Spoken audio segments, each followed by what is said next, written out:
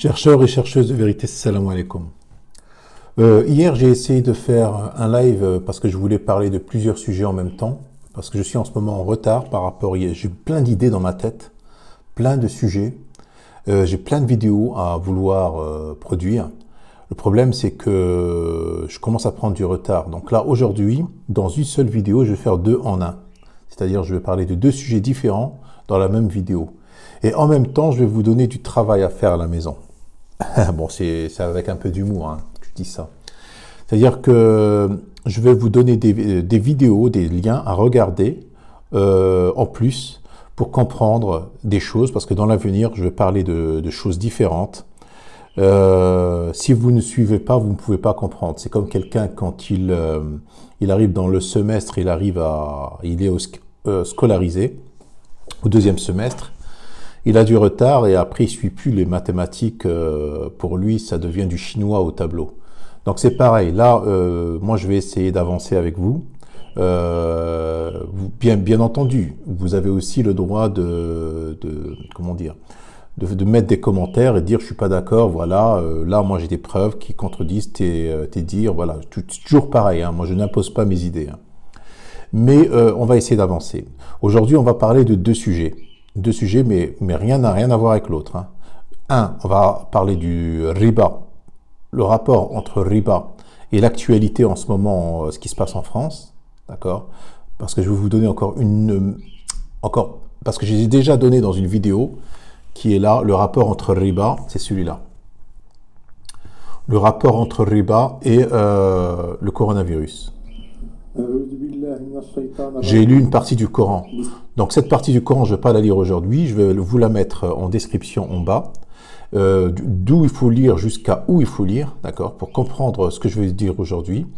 Et dans la deuxième vidéo, je vais vous parler d'un homme qui s'appelle, qui est un historien très respecté. C'est pour ça que la vidéo n'a pas été acceptée. YouTube l'ont supprimée par rapport aux droits d'auteur, parce que j'ai diffusé une partie de ses dires. Il s'appelle Lugan. Il s'appelle Lugan. Voilà, et son nom est ici. Bernard Lugan. Voilà, il s'appelle Bernard Lugan. Voilà. Alors, je vais vous mettre sa description. Vous n'êtes pas bien sûr obligé de regarder que cette vidéo que je vais vous mettre. Si vous voulez vous documenter par rapport à ses idées, c'est un historien qui est très respecté dans le monde, même chez les Maghrébins. Hein. Et moi, j'ai plus confiance en lui qu'un arabe qui me raconte l'histoire, hein, qui est des histoires de sunnites. Lui, il raconte par rapport à la berbérité. La berbérité, nous les berbères au Maroc, ou en Algérie, ou en Tunisie, nous sommes des berbères arabisés. Nous nous prenons pour des arabes alors que nous ne sommes pas des arabes. Et même quand on fait des tests génétiques, il y en a qui font des tests génétiques, amusez-vous à faire des tests génétiques, vous verrez que vous êtes des berbères, vous n'êtes pas des arabes. Il y a eu très peu d'arabes dans l'Afrique du Nord. Il y a eu les tribus de Bani Hillel, Banu machin. Il va raconter dans ces dires-là qui sont arrivés effectivement, mais ils étaient très minoritaires. Même ceux qui ont colonisé l'Espagne, c'était des berbères, ce n'étaient pas des arabes. Les commandants, peut-être il y en avait un ou deux ou trois des arabes, mais le reste c'était des berbères. La majorité écrasante était des berbères. C'est-à-dire des Amazirs. On ne s'appelle pas vraiment des berbères, on s'appelle des Amazirs. Les Amazirs, c'est des gens un peuple qui existe depuis toujours, depuis les îles de Canaries jusqu'au fin fond de la Libye. Et après, il y a les pharaons. Les pharaons, c'est une autre race. Hein, c'est une autre race. C'est un autre peuple, les pharaons qui sont dans le Nil. Et après les pharaons, il y a les Arabes. Et après les Arabes, il y a les Hébreux. Donc les quatre font partie presque de la même famille, se ressemblent. Les Hébreux, les Arabes, les pharaons et les Amazirs. Bon, maintenant, la majorité tu sais, en France, ils disent les Arabes, mais nous, on est juste des arabisés, on n'est pas des Arabes, on est des berbères. Bon, je vous invite à regarder, vous documenter sur ce que lui dit. Lui, il apporte des preuves historiques. Il a passé toute sa vie à faire de l'histoire. Il est spécialisé dans l'histoire d'Afrique du Nord, voilà.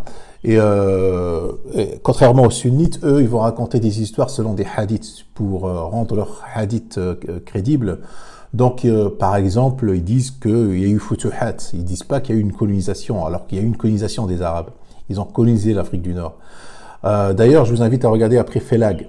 Je vais vous mettre son description très très amusante. Je ne peux pas le mettre maintenant pour les droits d'auteur parce qu'ils vont me le supprimer. Ils vont me le supprimer parce que... Ils vont me supprimer la vidéo si je le mets. Mais c'est très amusant. Ça dure combien de temps? Ça dure 2 minutes 30. Mais vous allez comprendre, ça fait marrer et ça explique bien l'histoire. Lui, il a résumé en 2 minutes 30, lui. Felag, c'est un humoriste algérien que moi, il me plie en quatre. Quand je l'écoute, je suis mort de rire. Alors, je vais vous mettre les deux vidéos. Bien entendu, vous n'êtes pas obligé de regarder que cette vidéo que je vais vous mettre de Monsieur Logan.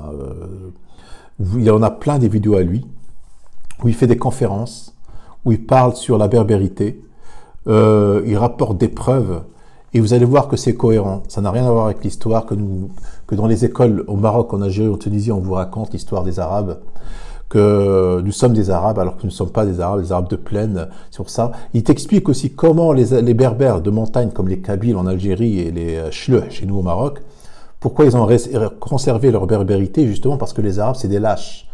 Alors maintenant, moi, je vous laisse le temps de regarder ça. Je ne vais pas tout de suite enchaîner avec la prochaine vidéo qui va parler comment il s'appelle,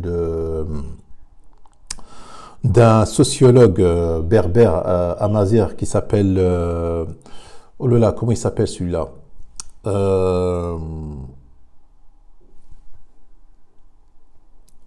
Oh là là, son nom m'échappe, mais je vais le retrouver. C'est un sociologue berbère c'est lui qui a inventé la sociologie. Vous le mettrez dans le commentaire s'il vous plaît, ça m'échappe, mais la prochaine fois Alors je vais vous raconter ses contes, ce que lui raconte par rapport quand les Arabes sont arrivés, qu'est-ce qu'ils ont fait en Afrique du Nord et leur comportement. Et ça, c'est il y a 1030, à l'an 1030. C'est-à-dire qu'il y a très très longtemps, le mec, il a raconté leur histoire. Très intéressant parce que vous allez voir que l'islam qui a été apporté en Afrique du Nord, c'est un islam contre-productif. C'est un islam contre la civilisation. C'est-à-dire que les Berbères, ils étaient déjà dans une forme de civilisation, les Amazirs, et ils ont régressé à cause de cet islam qui a été défiguré, qui a été façonné, qui a été selon le goût des califes, qui a été. Et en les obéissant, les Berbères se sont retrouvés avec le même comportement que les mouchrikines et les associateurs et les kuffars. Donc, il est un peu compréhensible qu'en France ou dans le monde entier, on rejette cet islam. Mais nous, les Berbères, on a été des cons parce qu'on l'a accepté et on l'a. Il n'y a pas que nous, il y a aussi comment on appelle ça, les Indonésiens. Il y a les Turcs, il y a les Indonésiens, il y a les Iraniens. Bon, les Iraniens, c'était par la force.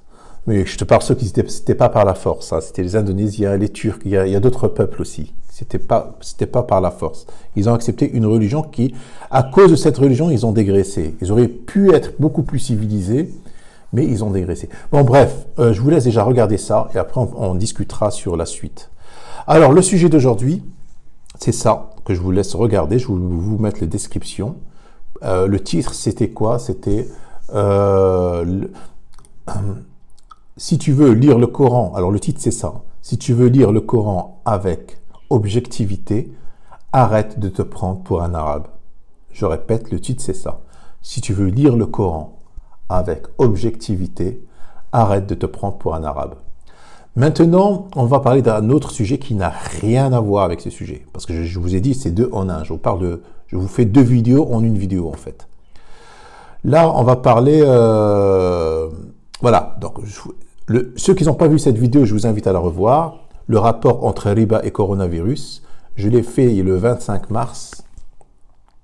Le 25 mars, donc j'ai quand même eu 18 pouces vers le haut. J'ai lu une partie du Coran expliquant que riba, j'ai pris un exemple que quelqu'un, s'il veut vendre des masques, imaginons quelqu'un, il met la main sur 1 million de masques et après il multiplie parce que les gens sont assiégés. J'ai lu le Surat al-Baqarah pour expliquer, Allah t'a expliqué à partir du verset 262, non, un peu moins, 264 je crois.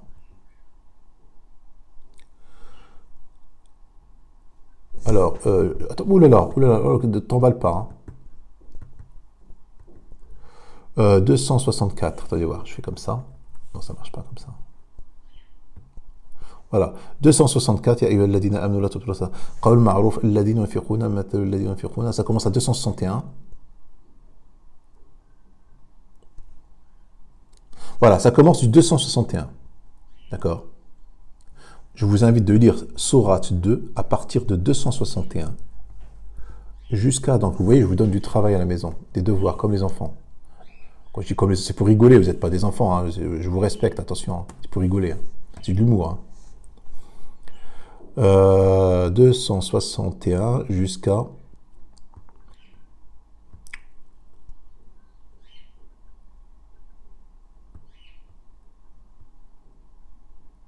يأكلون الربا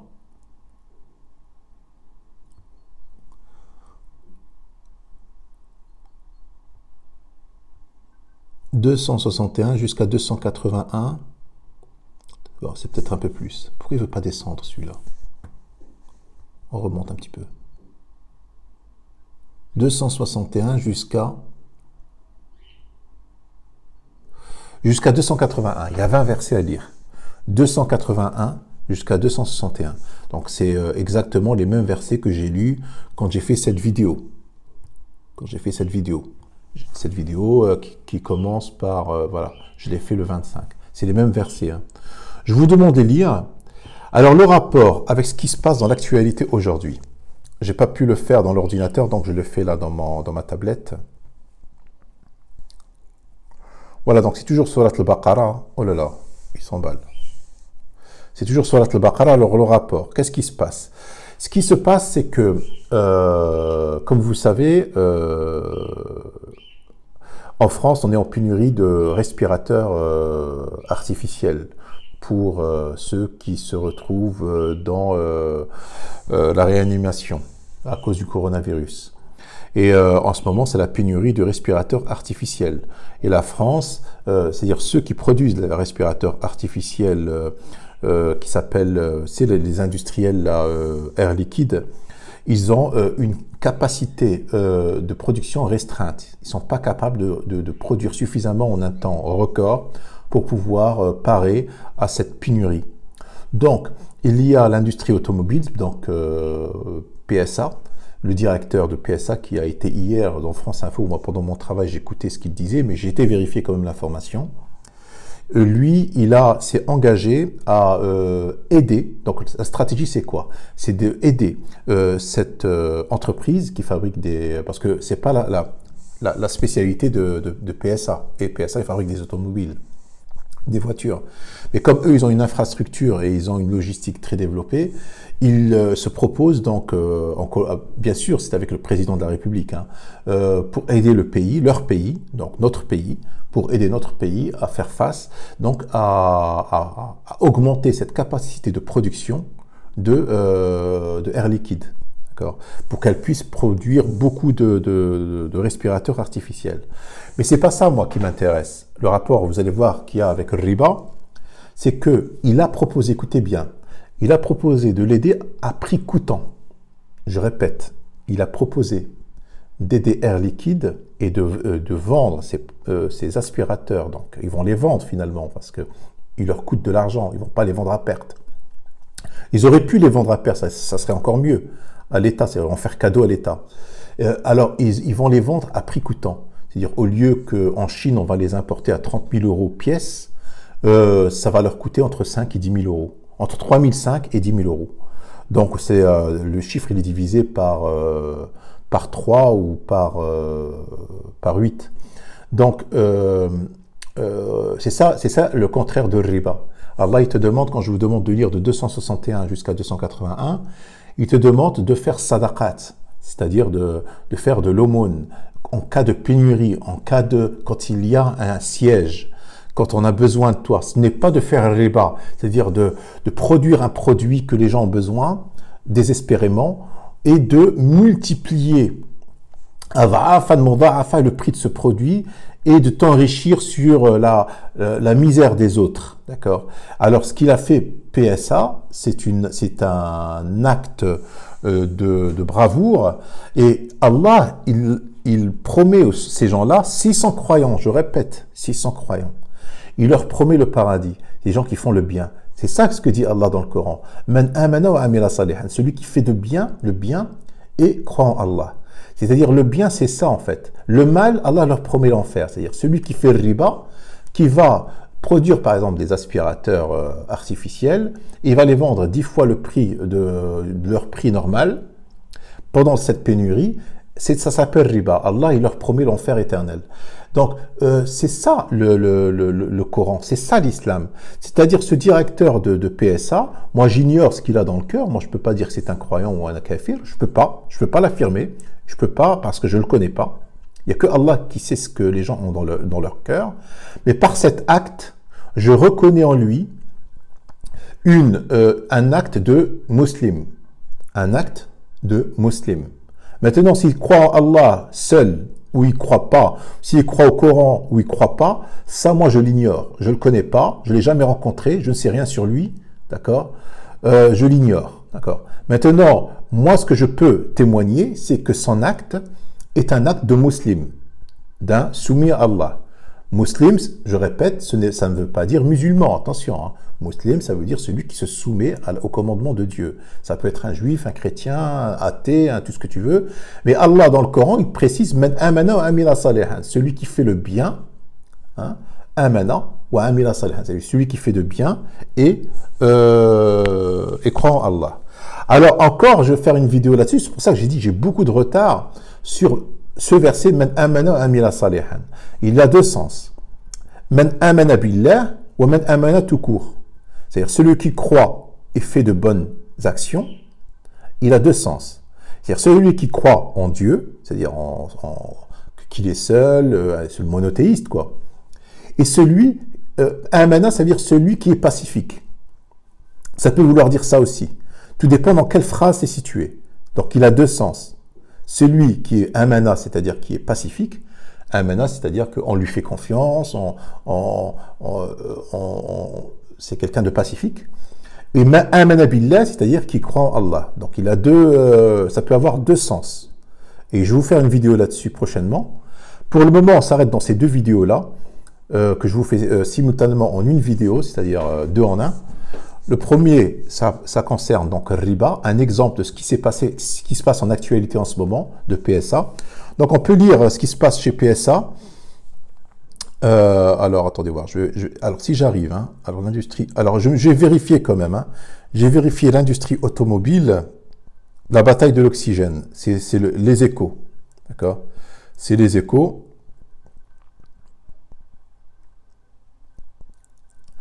Alors, par Anne Bauer, publié le 31 mars 2020 à 13h41. Alors, de Dyson, alors c'est pas ça qui nous intéresse. Air Liquide, chef de l'immobilisation, voilà. Le prix s'envole. C'est les prix s'envolent, c'est ça qui nous intéresse. Le consortium des 4 grands groupes. Oh là là, là il est en train de. Attendez voir.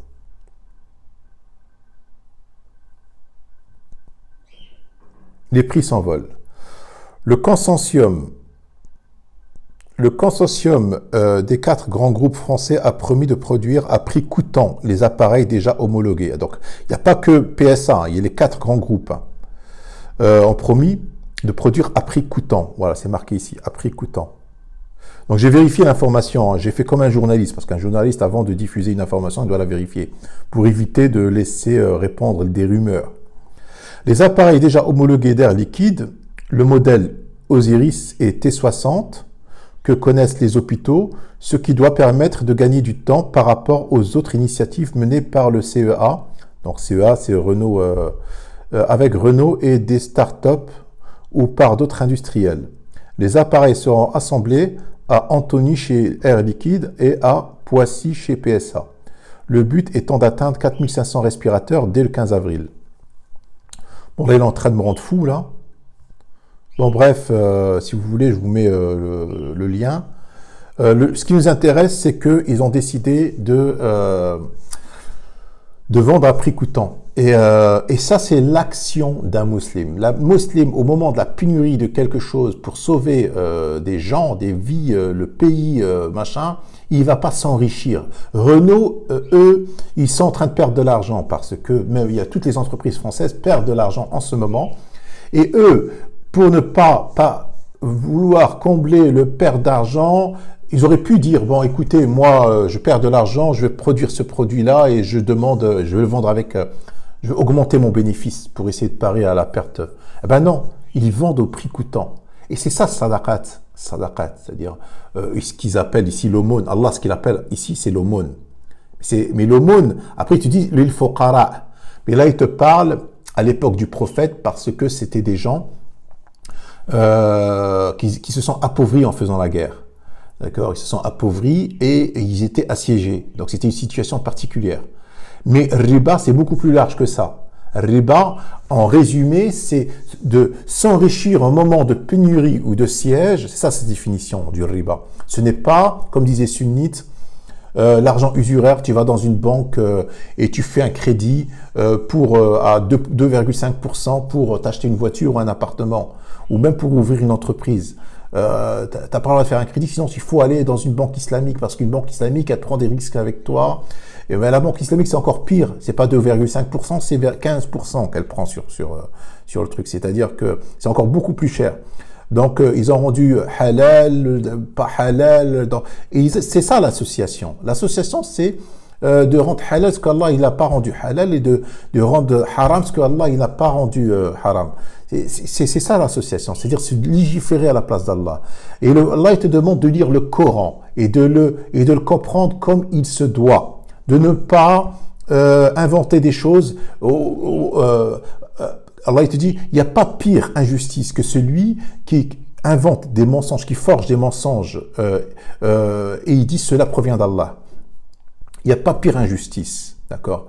Donc, ce qu'ils ont fait, les sunnites, c'est inventer des mensonges. Riba, ce n'est pas ce qu'ils disent eux. Riba, c'est... Je vous donne des exemples. Je vous ai donné un exemple de masque, il y a 5 jours, ou il y a 6 jours. Aujourd'hui, il y a un exemple concret que je vous donne, un exemple qui se passe dans l'actualité. La France est en pénurie de respirateurs artificiels.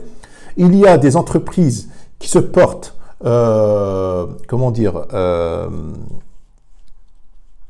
volontaires pour fabriquer ces machines à prix coûtant, d'accord? Ils auraient pu faire mieux. Hein, si peut-être moi j'aurais été à leur place, étant croyant, moi j'aurais fait cadeau. Hein, ça s'appelle sadaqat.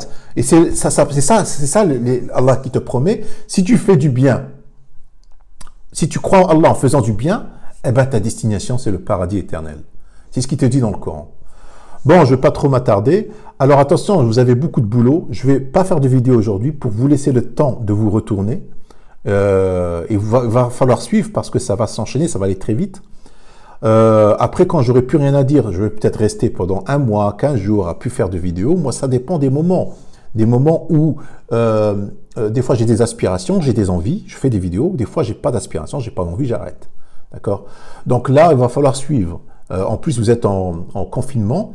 Il fait beau, c'est vrai. Bon, on a envie de sortir, mais vous avez du boulot. Je vous demande de réfléchir par vous-même, de faire vos propres recherches vous-même. Donc, regardez Felag, c'est amusant. Il va vous expliquer un petit peu qu'est-ce qui s'est passé dans l'histoire des Maghrébins. Lui, est très amusant. Ça ne dure pas beaucoup de temps, ça dure 2 minutes 30. Et après, regardez la vidéo que je vais vous poster en bas. Si ça ne vous suffit pas, vous n'êtes pas convaincu, vous avez le droit. Hein. Après, il a d'autres vidéos où il rentre en plus de détails, qui durent beaucoup plus longtemps. Et par la suite, je vais vous parler du porc. Encore une fois, je vous parler du porc. J'ai encore d'autres arguments par rapport à lui. Je vais vous parler du porc. Et je vais vous parler des Hurun Ain que je vous ai promis, c'est-à-dire la suite. Et après, je vais vous parler de Ibn Khaldoun. Voilà, ça me revient. Il s'appelle Ibn Khaldoun, cet historien. Il s'appelle Ibn Khaldoun. Je vais parler de Ibn Khaldoun.